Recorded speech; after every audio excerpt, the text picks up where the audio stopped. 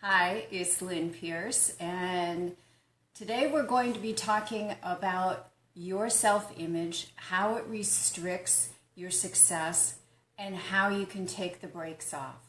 If this is your first time with me, let me introduce myself. I'm Lynn Pierce from lynnpierce.com and agelesslifestyleafter50.com.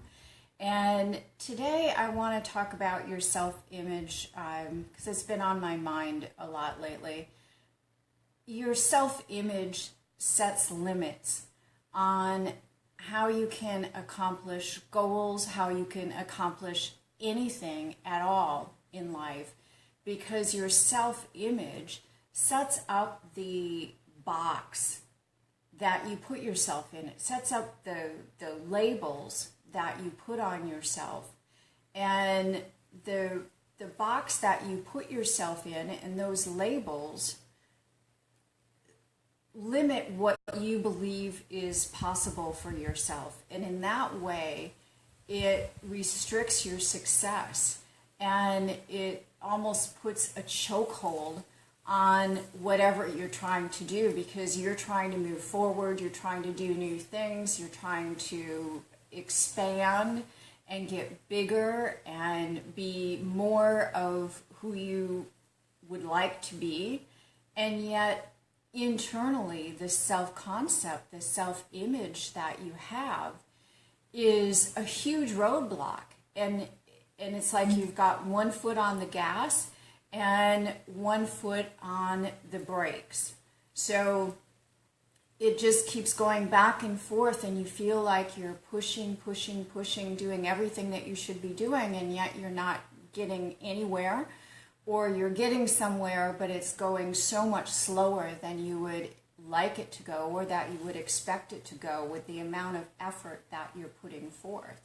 So it's really impossible to think about things in a positive way if you have a negative self-image, because that little voice in your head is the negative self-image. So anything that you're putting out consciously about being more successful or doing things to get bigger and better, it's being countermanded by the voice in your head, that negative self-image that's saying, who do you think you are? Or, you know, you can't do this. Or, don't you remember when you tried this before? That doesn't work. Or, you know, your friends and family trying to help you be realistic are contributing to keeping that negative self-image intact. And I'm not saying that your whole entire self-image is negative, but that there's this aspect of it that can be very subconscious, that unless you're really good at listening to that inner voice, listening to that self-talk, you might not even be aware of all of those negative things that are going on, but they are responsible for putting the brakes on, and you certainly don't want that to be happening. The other thing is that your self-image is what dictates your actions, your feelings, your behaviors. And it's because the person that you believe you are is what's running the show, not really who you are. Because for most people, they have no, I was almost going to swear, no idea. I'm surprised that almost came out. That's not like me. I'm surprised myself. See, my self-image, I wouldn't have expected for me to almost say a word that I never say. But that's how strong it is. You have no bleeping idea who you really are, unless it's something that you spend a lot of time focused on trying to peel back those layers and get to that real person that's deep inside at a soul level. That takes a lot of effort and a lot of concentration. It takes conscious work to make that happen. So for most people, they're living their lives based on this self-image, a self-concept that was set up so long ago, and yet you don't ever really check in with it and say, hey, does this still serve me? And if it doesn't, from a conscious perspective, what am I prepared to do about it? So that's kind of why we're here today, because the old tapes are running everything until you do something to make that stop. It's just like if you're in the car and you're listening to the radio. I don't know if people even do that anymore. I guess if you have satellite radio or something, you could be pushing the buttons and changing around. Where I live here in Cabo, we have one radio station, so if you're in the car, there's only one thing you can be listening to. But the analogy that I was going to make was that if you get in a car with someone else and you don't like the music that's on the radio, you can push a button and you can choose another station. And you can keep choosing to change that music until you find the station that's right for you, what fits you, what feels in alignment and congruent within yourself. So really, music is a good analogy, because music, our taste in music, is based on, at a gut level, how does it make us feel? How do you want to feel in that moment? What emotion do you want to have? How do you want to feel about yourself in that moment?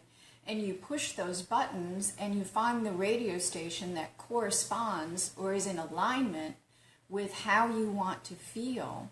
And you make that decision that that's what you're going to listen to. So rather than listen to the old tapes that are a self-concept or self-image that's no longer serving you, and it's restricting your success and it's putting the brakes on when you're trying to step on the gas, then I would suggest that you change the station. Find a song that you want to sing, a song that's uplifting, that's expanding, that's empowering, that makes you feel good every time you hear it. But I want you to use that as a metaphor for making that change within yourself, making that change within your life, so that you can start creating a self-image that makes you feel in that same kind of alignment and congruency that you do when you listen to your favorite song. So you need to create a new truth for yourself. And again, it's not easy to do. You can't just say, well, okay, I don't like that old self-image, toss that out, I'm going to write up a new one. And from now on, this is who I am. It doesn't work that way, because you're not able to live a self-image that your mind doesn't believe is true. So you have to start switching over those beliefs so that you can switch over the feelings and then switch over the actions, which change your behaviors. And that's what will change your self-concept. So how do you do that? I think the first step is to create your personal manifesto, which is what I call a series of value statements that you create. And you can get the free report where I walk you step by step through creating your personal manifesto, your personal value statements that define who you are, what you stand for, more importantly, what you won't stand for, and also looking forward, who you want to become. That's all encompassed in that series, short series of value statements that you'll create. And that becomes the foundational document for everything else that you do. And you can get that free report at agelesslifestyleafter50.com/manifesto, or on any page. All the free stuff is in the right-hand column, so you just have to click on the covers. There's also a couple things there that are for sale, but there's Plenty of free stuff there as well. The next thing I would say is on Monday, I'm doing a webinar masterclass, and we're going to talk about the secrets of creating an ageless vision for your life.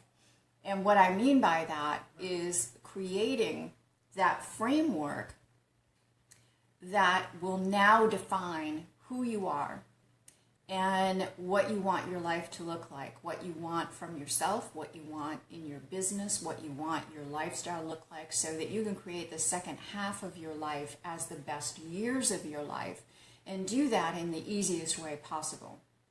So I would recommend that you go ahead and sign up for that webinar, even if you can't be with us live on Monday. There will be a replay, so you can go to agelesslifestyleafter50.com/live and the number 1. And I did a blog post with the link to sign up for the webinar there. So in that, I'm going to give you all kinds of processes and strategies that you can use that are concrete, actionable steps that you can take the minute you get off that webinar that will change how you look at yourself, how you look at your life and your business in a positive way, and will give you a huge advantage when it comes to taking the brakes off and reconstructing a more positive self-image. So those are 2 things you can do. And the other thing, since goals are a big thing, if you don't have any goals, it's because you don't know what you want. And it's really hard to get anywhere if you don't have goals. So there's a checklist that you can get that will help you with your goals, and that is at agelesslifestyleafter50/goals. I made a little whiteboard with my notes here. Goals vid, like video, goals vid. And you can probably click on a cover for that as well and get to that. But as far as tips you can use right now on how to take the brakes off, I've got a few things that I wanted to go over with you. One is set your goals in present tense, always in the now, that you already have it. And you should always be thinking that way anyway, that whatever it is that you want already exists in the universe. You know, I've read many times different variations of the fact that you wouldn't even have the idea of wanting something if God didn't already have it on its way to you. And your idea or your desire for it is just your first inkling of that it's there and it's available to you. So really all you're doing with your goals and all of the things we're talking about is opening yourself up to be able to receive what's already trying to come to you. Okay? Focus on the end result. Always start with the end in mind. So what is it that you want?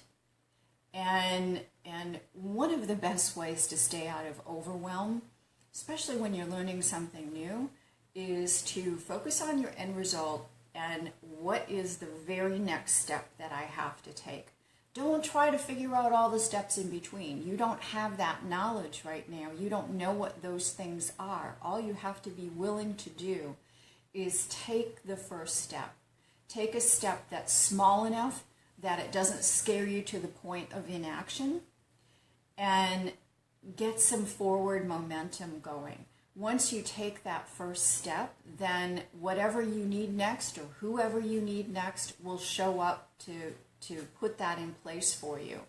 And it's just universal law. It always happens that way. So don't wonder if that will happen for you. Don't doubt it.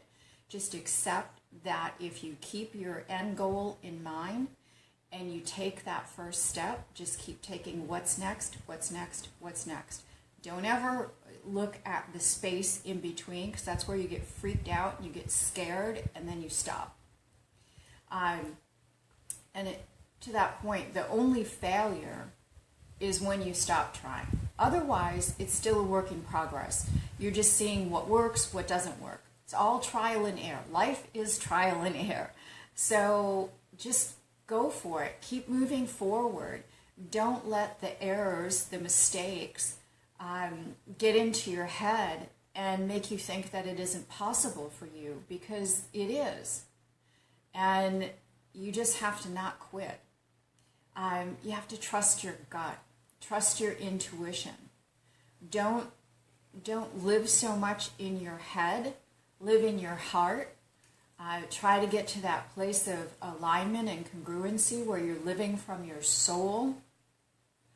That is when you get in the flow, when everything just starts working for you. So always trust your gut, always trust your intuition. I was just listening to a conversation this morning where someone was posing that question. And all the people that were being asked said, yes, I believe that my gut is always right. The only time I get in trouble is when I listen to my head, even though I know better. I go along, or I don't want to make waves, or it seems like the right thing to do and I don't know what other people would think, so I just do it even though my gut is telling me it's wrong. So even if something logically doesn't make any sense, but your gut is sending off these signals to do something or not do something, listen to your gut. That's your intuition. Always trust it. And then just let go. Let go. Surrender. Once you've decided what it is that you want and you're taking action, you're taking positive momentum, you're actively doing things to change your self-image to a more positive one, let it go.